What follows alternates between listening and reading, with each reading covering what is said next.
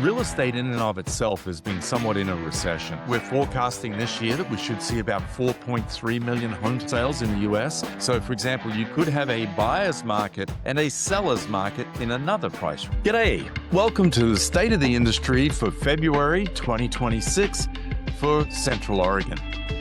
I want to start out with the numbers that actually drive the US real estate market. And we're going to look at all of these categories.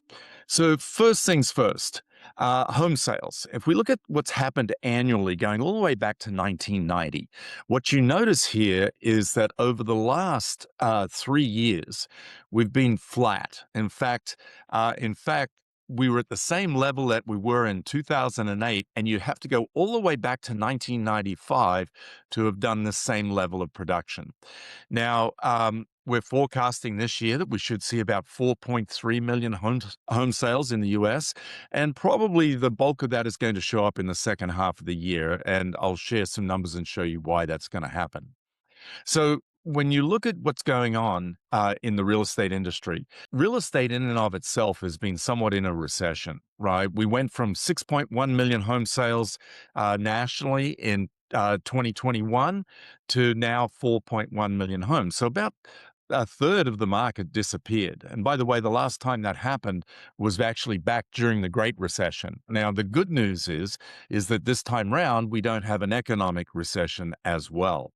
So that's awesome. Now, if we look at this on a monthly basis, you can see here that in January, we actually closed homes at an annualized rate of 3.91 million, which is actually lower than the last 2 years. However, we'll have to see whether or not that stays that way or if we start to see growth, which we believe will happen by the second half of 2026. Now, if we look at the actual numbers, so we closed 223,000 homes nationally. Again, you can see here it was the lowest number in the last 3 Januaries. Now, home prices, and I think this is really significant, and that is that uh, if you look at that green line, it's what we call the trend line. And what that trend line represents is average annual appreciation of 4%. And historically, we've seen a 4% appreciation rate in residential housing in the United States going back in time. Now, you can see here all through the 90s, we tracked along that 4% line perfectly. And then by 2001, we actually bumped above the line. And by 2006, we were actually 21% above that trend line with an average sales price of 222,000. Now, it could be argued that the market was overpriced at that point. And in fact, when we saw the market collapse, we saw prices drop and we actually dropped down. And it wasn't until 2011 where we hit the bottom at 166,000 being the average sales price. Now, from there, it climbed back up and we tracked below that trend line until 2021. And then we jumped above the trend line. And oh, by the way, we ended this last year at just 7.4% above the trend line. Now, if we have the next 2 years of only 2% appreciation, by the end of 27, 28, we should be back at this trend line. So the significance of this graph is that it's always a great time to buy the right real estate. Because let me ask you, how many of you wish you'd actually purchased more homes in 2006 that you still owned? Because I understand those homes would be already worth more than double that. By the way, if you'd bought homes in 2006 and you hung on to them, by 2015, you would have got all your money back. So again, it's always a great time to buy the right real estate.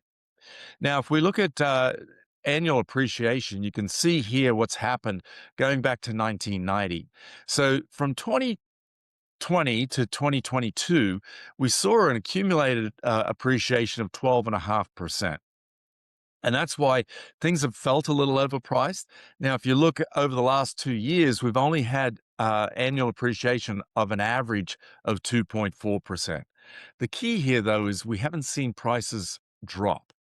So it's just that the appreciation has slowed down, and that's creating more affordability now. Now, here, if you look back historically, this is back to 1954. you can see the events that are caused both the peaks and the valleys in home appreciation.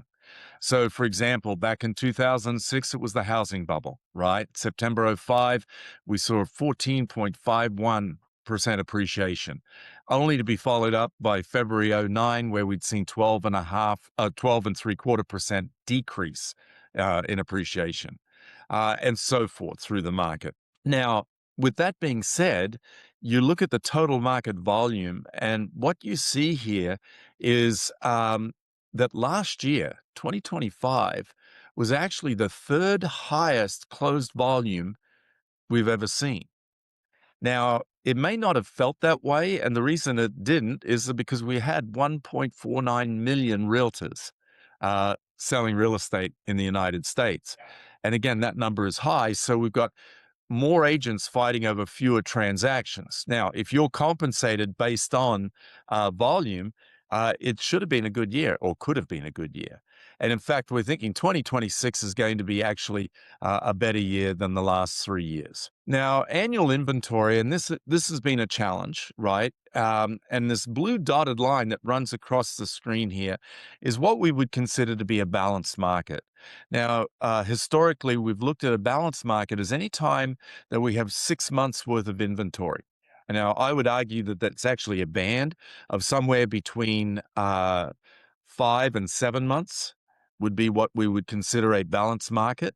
And then anything less than that would be what we call a seller's market. Anything above that would be a buyer's market.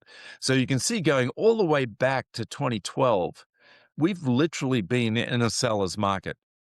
So if the market were to shift and we would go above that, well, anybody who's been in the business less than the last 14 years are going to have to learn some new skills in order to communicate correctly with their sellers and their buyers about the realities of the market. Now, mortgage rates has also been another big factor that we've been concerned about. And again, I want to give context here. And what you see is that if you look back to 1972, the average interest rate over that period of time is 7.72%. Now, if we only go back, because we did have this high point back in '81, but if we only go back to 1990, you understand that the average interest rate was 6%. And that takes into account when we had these artificially low rates in 2020 and 2021 of around 3%. So you can see here that we're actually right in the range, and the forecast is that we might go below 6% this year. Now, you can see what's happened here is that literally the last 2 years, we've been sort of bouncing around in this 6 to 7% range, which seems to be a somewhat of a new normal now. Now, one of the cool things is that when we look at the breakdown of mortgages out there and what interest rates they have, you see here that now 48.5% of mortgages have interest rates of higher than 4%. Now, the good news about that is that means that we have fewer and fewer people who are what we would call rate locked. So, for example, the 20% of mortgages that are at 3% or less, quite honestly, those people don't want to give up those rates, right? Unless life, of course, forces them to do so. And even the 3 to 4% range. But this number is shrinking gradually each year. And we're seeing that now we have over 21% with an interest rate above 6%, which again helps free up the inventory in the market. Now, from an affordability perspective, what you see here is, again, going back to 72, what this measures is what percentage of the median income would it require to purchase the median priced house. Now you can see we are currently on the high side of this, right? We ended 2025 with it requiring 32% of the median income to purchase the median priced house. Now, again, looking historically, 23, it was 34%. 2006, right? Remember, we were 21% above where we should have been. It was 32% where we are today. And then, of course, going all the way back to 1981, where it actually required 49% of the median income in order to purchase the median priced house. Now, the reason for this was that we saw high interest rates. Here, we saw high prices. Here, we saw rapidly increasing interest rates and high prices. And here we have the combination of those two. Now, where we saw in 2020, where it only took 18%, that was because we had low interest rates. In 2012, it was only 17% of the median income in order to purchase the median priced house. And that was not because of interest rates, but because of house prices. So again, affordability is a factor that we need to keep in mind. Now, if we look at the the pieces that actually impact the U.S. economy, right? Let's go through these numbers. GDP, or gross domestic product. Now, last year we had our GDP was growing at 2.2%. Now, the goal of the government is to have GDP of at least 2%. And when that's happening, that's a healthy economy. So you can see you have to go back to 2020, where we saw negative growth. And of course, that was a result of the pandemic, right? COVID. And then you have to go all the way back to 2009, which was, of course, the housing bubble burst and the Great Recession, where we saw negative GDP growth. So we've been in a strong economy for some time. And as long as this number stays in this area, that is good sign for our economy. Now, the second key metric we look at is unemployment. Now, the government and the Fed, their goal is to keep unemployment under 6% because that's a healthy economy. And it means people have jobs and they can go get it. And you can see literally for the last 4 years, we've been significantly under it. In fact, at 3.6% unemployment, for all intents and purposes, basically, we're fully employed. Everybody who wants a job has a job. Now, you can see that that number's been creeping up over the last 2 years. And again, the Fed is taking and paying attention to that. Now, if we look at this on an annual basis, you can see here what this looks like. Now, of course, here in 2020, we had unemployment of 8.1%, but that was only for a short period of time during COVID. Here, this graph shows you unemployment. So right now, at the end of 25, we had 7.5 million people out of work who actually made a claim for unemployment. What's significant here is that the graph of the number of job openings, you can see that these lines have crossed over. So we actually have fewer job openings than we have people looking for work. And again, this has been some time since we've experienced that. Now, job growth historically, 2025 was an anemic year. We only added 181,000 jobs for the entire year. And you can see that's the lowest since 2020. And that, again, is pause, reason for pause, right? You want to look at that and say, okay, where does this go? Because from a real estate perspective, we want people to have jobs. Because when they have jobs, they can afford to buy houses. Now, if we look at where the job growth has been, the majority of the job growth has actually shown up in healthcare and social assistance. Now, this purple box here is the 10-year average number of jobs created in each one of these sectors. And you can see here that the 10-year average in healthcare has been an addition of 482,000 jobs. And yet what you notice is that last year we created 781,000 in this industry, in the healthcare industry. Now, you can see here, leisure and hospitality was the second largest growth area, and yet it was down about 70,000 from what the normal year of job creation is. Other services, and then you see financial activities has dropped dramatically from normally 111,000 to 36,000. Mining and logging actually was a growth area. We had 17,000 new positions. Normally, over the last 10 years, we've seen an average annual loss of 20,000 jobs in that sector. Construction is interesting. Look at this. Normally, we have 180,000 jobs created in the construction industry, and last year it shrank by 1,000. And then you see the ones where we had net losses. The information services industries, manufacturing, professional and business services, government, and then trade, transportation, and utilities. Now, what's causing that? AI could be a part of that. We're seeing high interest rates, so companies are not hiring as much. And of course, there's been this push to reduce the amount of government employees. Now, I think this is significant, right? This is wealth growth by income level. So you can see here that since 1989, the top 1% have grown their wealth by over 1,000%. Versus the next 9%, up 711. The next 40%, so middle income earners, up 597% in basically what, a 35, 36-year period. And then, of course, the bottom 50% are up only 492%.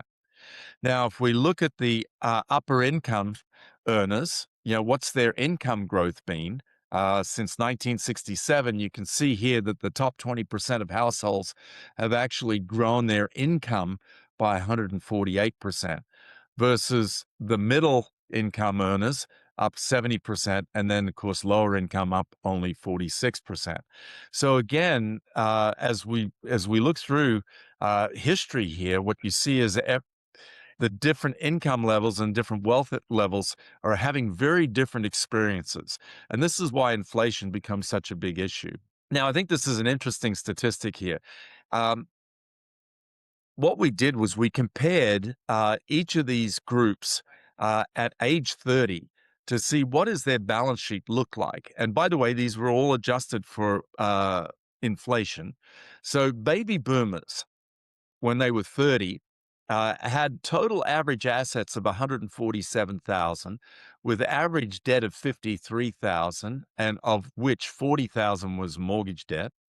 And they had an average net worth of 93,000 and a median net worth of 24,000. Now you go and take a look at Gen X. Their total assets were 214,000 with a total debt of 100,000 and total or average mortgage debt of 74,000 and average net worth of 114,000 with a median net worth of 31. Millennials, you can see the same exercise here. And again, their net worth at 30 for a millennial was higher than that for the baby boomers. And the median net worth is up substantially as well, almost 30%. So I think the point here is this, is what you're seeing here is that the value and the equity in real estate has been a big part of what's driving these wealth components of these 30-year-olds. Even though they're carrying more debt, the equity they have is actually worth more. So it's another reason why people need to get into housing. Now, if we look at inflation, of course, this has been a big issue, right, for the Fed. And I would argue that inflation is one of the greatest threats to democracy. And why I say that is because if you look at historically, what happens when any civilization or any country has a prolonged period of high inflation, what happens in those countries? Well, typically revolution. And why? Because the top 1% have a very different experience in a high inflation market versus everybody else. Do you think today that those in the top 1% care that a dozen eggs are $6 or more? I would argue no. What is actually happening to the top 1% in a high inflation economy and society? Well, they're getting wealthier, right? Because their assets are worth more. And this is why the Fed works so hard. And when we saw inflation peak at 7%, in the course of a year, we saw the Fed raise the rates from essentially zero to between 5.25% and 5.5% in order to bring that inflation rate down, which they did. However, it's staying stubborn. It isn't yet back to 2%, but hovering in that 2.5% range. So the goal is to try and get that rate down. It's why in January, the Federal Reserve chose not to lower interest rates. Now, when the Fed makes a decision, you understand that there are 12 people who get to vote. There are 7 Fed governors, there's a New York Fed president, and then 4 Reserve Bank presidents who sit on what we call the Federal Open Market Committee. Now, Jerome Powell is the chairman of the committee. And by the way, he only has one vote. Now, uh, of course, what we know is, and by the way, the chair of the board is appointed by the president of the United States. And Jerome Powell is coming up. His term actually ends here in May. However, his term um, on the Fed actually goes through until 2028. So he may actually still be on there. But you understand that um, if the government replaces the federal chairman, it doesn't mean that the Fed is going to change how they look at federal monetary policy, because again, it is the combination of all 12 of these people voting. Now, even though the federal interest rate, the federal funds rate, does not exactly equate to mortgage rates, the mortgage rates do somewhat mirror what's going on with the federal funds rate. And you can see here what happens, right? The blue line being the federal funds rate and the yellow line being mortgage rates. However, mortgage rates are actually tied to the US 10-year Treasury yields. So as the 10-year Treasury yields go up, so do mortgage rates. Now, historically, we've seen the yield spread. So the difference between where the the 10-year Treasury yield is and where the mortgage rates are, have typically been in the 1.5% range. And you can see where we are today. We're at 1.9%, and we got as high as almost 3%. And what this is understand that the investors who buy mortgage-backed securities, they have a choice where to put their money, right? They could put it in the U.S. Treasury and get yields of, you can see there, let's say for argument's sake, 4.21%, or they could choose a riskier investment, which would be mortgage-backed securities. Now, if they're going to put their money there, because they view that as riskier than the 10-year Treasury, they're going to want a higher yield. Now, what you see is they price it based on their perceived risk. And by the way, if we were at actually only 1.5% in terms of the yield spread, we would have rates in the 5.7% range versus where we are today at 6.1. So again, we need to watch this, right? And we have to ask the question is, why do the investors who are investing in mortgage-backed securities, why are they pricing more risk than they have historically? What do they see? Now, one of the challenges we have is we've got consumer sentiment. And by the way, consumer sentiment is down in historic low territory.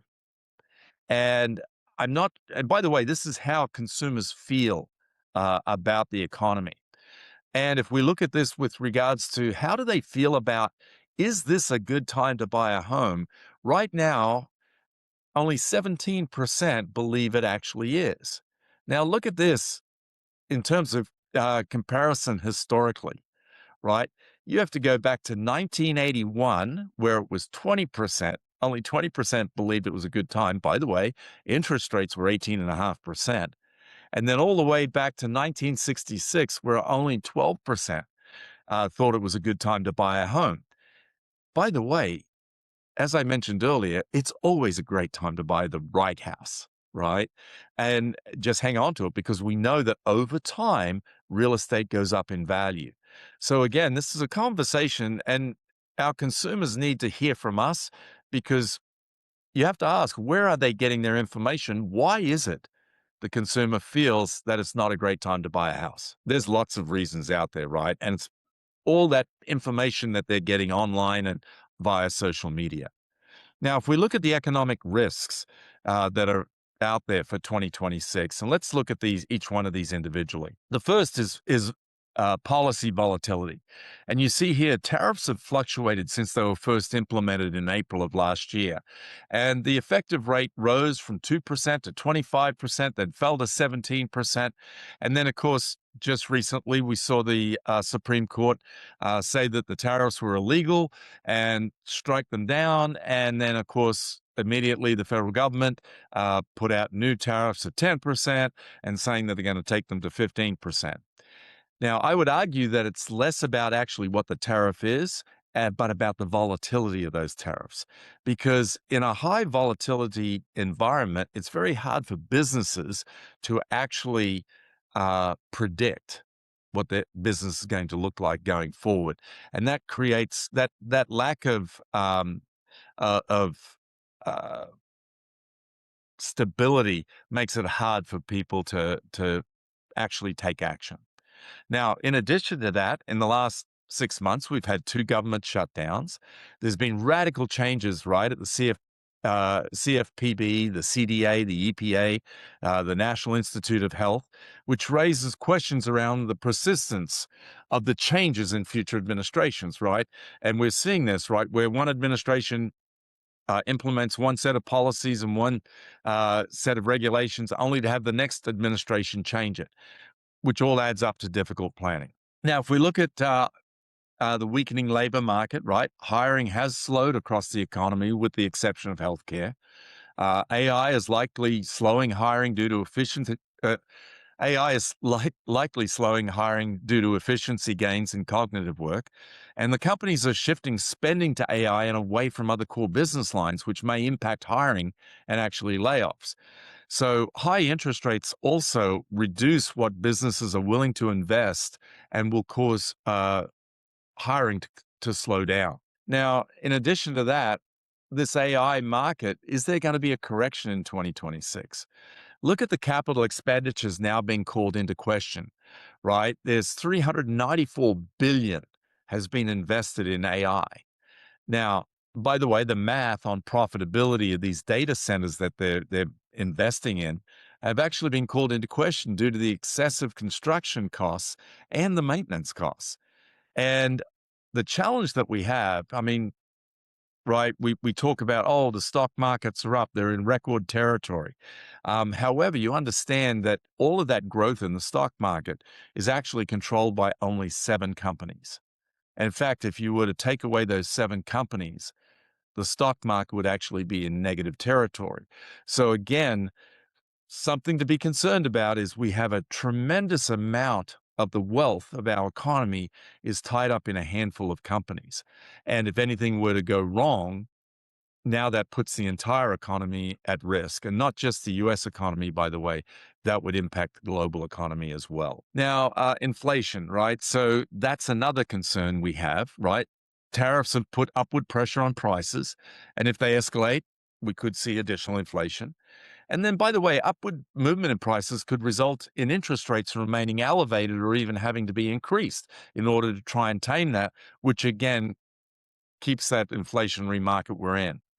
And then, of course, the other side of it is the geopolitical conflict, right? It's the active military engagements that are going on right now. There's the conflict in Ukraine, diplomatic tensions without traditional allies, and then territorial disputes, which actually could escalate in Asia. All of those things, right, are risks. And again, something that we need to be aware of as we try and plan for our year going forward.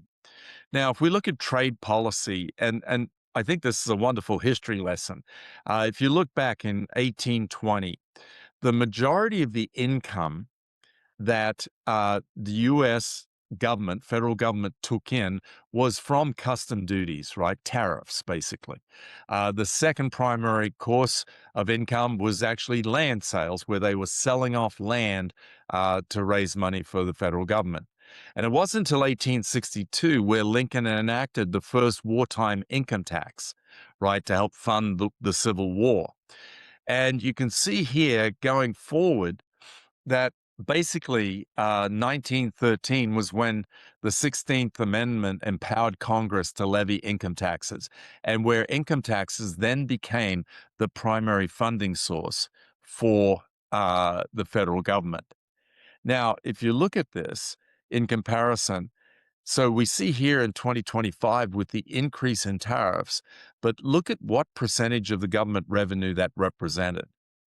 Now, how much would we have to raise tariffs in order to offset income taxes? It's a significant number. But again, something to be aware of.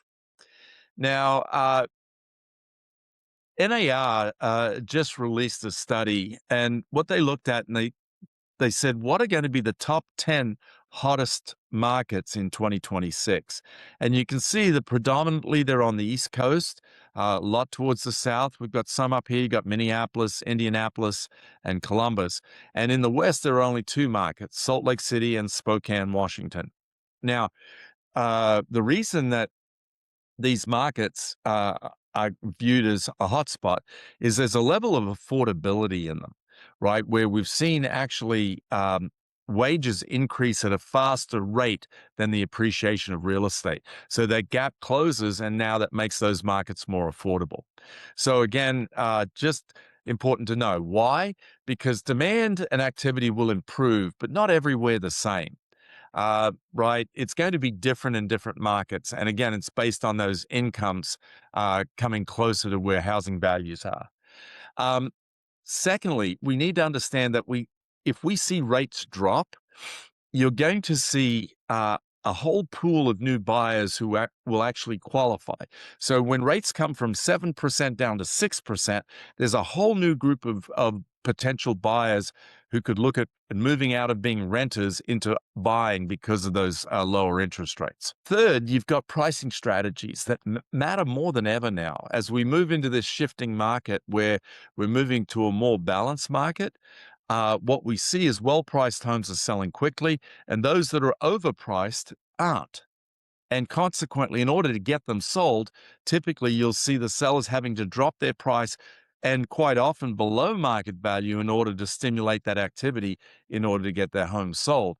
So understanding where the market is, communicating that effectively to your sellers is a very important uh, skill set that you need to develop.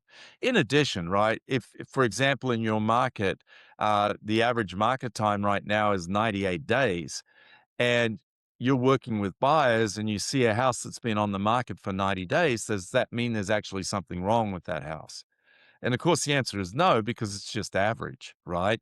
It's been on the market about the average time. And when we say average, half of them sell quicker than that, the other half take longer. So again, understanding the realities of the market is important. Now, in addition, inventory mix can become a competitive advantage. What we know is that in any given market, there'll be homes that sell and those homes that don't. So, for example, you could have a buyer's market in one price range and a seller's market in another price range. So, getting a good mix of that is what will help drive your business so that you can maintain your income and grow your business in 2026. Now, in addition, migration patterns remain a driving force, right? People are moving. And, we know in Central Oregon, for example, that the vast majority of people who've moved from in state, in fact, from the Portland area. So, what are you doing to be purposeful about building relationships with agents in the Portland market who can refer business to you? Identifying the other markets as well, like Seattle or Arizona, wherever those people are moving from to Central Oregon. And again, building those relationships is going to be essential. Now, let's take a look at the local numbers here in Central Oregon. And I wanted to share this, right? In the the Tri-County area, we have a total of 1,799 realtors.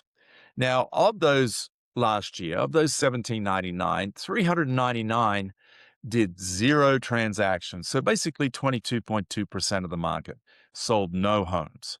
In fact, 761, so basically 30 to 40% of the agents only did between 1 and 4 transactions. In fact, if you did 5 or more transactions last year, you were in the top 35% of the market. And if you did 10 or more, you're in the top 16% of the market. So here's my point is regardless of what the market does, there's enough deals out there for you to do. You just have to figure out how do you get yourself in opportunity's way. Because by the way, if you wanted to do 20 transactions, which would put you in the top 5% of all realtors in Central Oregon, there are more than 20 transactions out there, and you just need to get yours. Now, let's take a look at what's going on with pricing in the Tri-County area. And what you see here, this is the last 2 years. The red column represents the active listings. The blue column is under contracts, and the greens are solds. Now, I'm comparing January versus last January, and you can see here that the median active list price is $640,000. By the way, that's basically flat, up $1,400 from a year ago. The under contract uh, median is 629,000, which is up $15,000 from a year ago, and the the solds are 620,000, which is down 25,000 from a year ago. Now, I would argue that because we're seeing this price down 4% does not mean the market has gone down 4%. It just because the median price is based on the homes that have sold. What we've seen is a higher number of lower priced homes selling in the current market, which has actually pulled that median price down. Now, supply and demand. And you can see that there actually is seasonality in our market. So you can see December, January, we have a low point in the market. It then climbs up through the spring, hits a high point in the summer, and then eases off down towards the end of the year, only to repeat the cycle. Now, last month, we had 1,978 active single-family homes in the Tri-County area. We put 353 under contract, and we closed 273 homes. Now, by the way, that 273 actually represents 546 transaction sides, because there's two sides for every sale, right? A list side and a buy side. So how many did you need in order to be on track for your goals last month? Because whatever number you tell me, they're there. It's just about, did you get your unfair share? Now, if we look at month supply of inventory, you can see here that actually the supply has actually dropped. So a year ago, we were at 4.6 months of inventory to last month being 4.1 months of inventory. So again, moving back towards more of a seller's market. Now, days on market have actually increased. We went from 88 days on market last year to this year, 105 days on market. So, with that being said, what conversations are you having with your sellers? For example, knowing that your sellers are going to be on the market longer, what are your systems and what's your communication plan for communicating with your sellers for a longer period of time in order to get their home sold? Oh, by the way, as I mentioned earlier, what's the conversation you get to have with your buyers about days on market and what that means for them? Now, Cook County, same exercise here. What you see is actually across the board, all prices were up, which bodes well for Crook. Now, supply and demand, we saw listings down. So we're down 19 listings from a year ago, 233. We pended 20 houses, which is down 21 from a year ago. However, we closed 25. Now, I view these numbers, right? The active listings and the under contract, I call them windshield numbers because they tell you what's coming down the road, right? They are a predictor of what we're going to have this month, this next month, and the month after. The solds, however, are really a rear view mirror number because they tell us what happened. And so you can see this is what's going on in Crook. Now, if we look at month supply of inventory, what you see here, it's jumped dramatically. In fact, almost doubled, or it has doubled. We've gone from 4.8 months of inventory, right? Almost a balanced market, to now 9.6 months of inventory, which actually puts you in buyer market territory, which is going to be very different for those agents, as I mentioned, who've been in the business 14 years or less, because there's a good chance you've not seen this before. Now, days on market have also increased, right? Gone from 80 days a year ago to now 157 days. So things have slowed down dramatically out in Crook County. Now, if we look at Deschutes County, under 1 million. And again, what you see here, basically a flat market, right? Down 1.5%, down minus 0.2%, and then the solds up 1.9. supply and demand under a million. We have 1,173 active listings, of which 255 went under contract, and we closed 184 transactions last month here in Deschutes County under $1 million. Now, month supply of inventory has actually dropped. We went from 4.2 months down to 3.2 months. And days on market have gone up from 83 days to 103 days.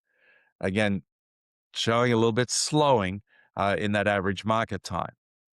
Now, if we look at over $1 million, and again, you see things, the active list price is up, right? So the active median list price right now, 1.599 million, right? So 1.6 million basically, up 100,000 from a year ago.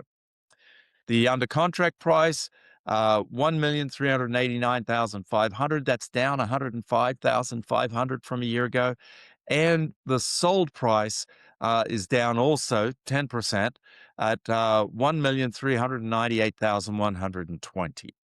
So again, we're seeing not prices coming down per se, but we're seeing the lower end of this price point is what's closing. Now, supply and demand across the board, everything is down. So you can see here 309 active listings on the market over $1 million in Deschutes. We put 55 under contract and we closed 41 last month. And by the way, all of those numbers are down. Month supply of inventory, which again is interesting, right? So even though inventory is down, it's because the rate of sale is down that we see this going forward. So we've gone from 5.9 months down to 5.3 months. And then, of course, days on market, basically the same. Went from 109 days a year ago now to 107 days. So very little change there in days on market. And then finally, we look at Jefferson County, and you can see here prices, again, fairly flat across the board, right? A median active list price of $435,000, an under contract price of $409,500, and a median sold price of $362,000, which is down $32,000 from a year ago. Supply and demand, you see we had 181 active listings. That was basically down 1 from a year ago, so basically the same. We saw under contracts slow down a little bit from 30 to 24, and we saw the sales, so closed sales, climb 1 from 23 to 24 year over year. So again, fairly flat. Month supply of inventory, we've gone from 4.6 months a year ago to now 6.1 months. So basically, somewhat of a seller's market to now a very balanced market. And then we look at days on market, gone from 93 days to 106 days. So things have slowed down just a little bit in Jefferson County. All right, I hope this information was helpful. If you've got questions about any of this information anytime, please don't hesitate to reach out to us or DM below. Have a great day, take care of yourself, and have a great year. Bye now.